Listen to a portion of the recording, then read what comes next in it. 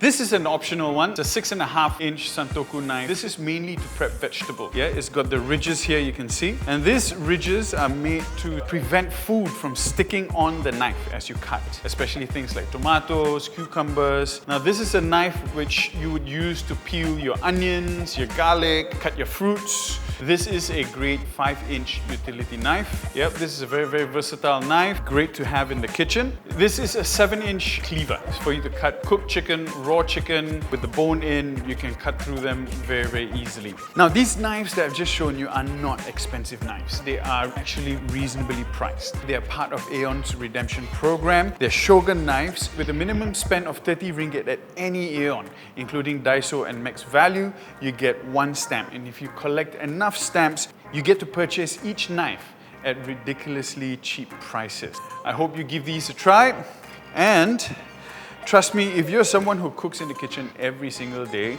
and you change your knives to these Shogun knives, it's going to transform your cooking experience at home. All right, ciao.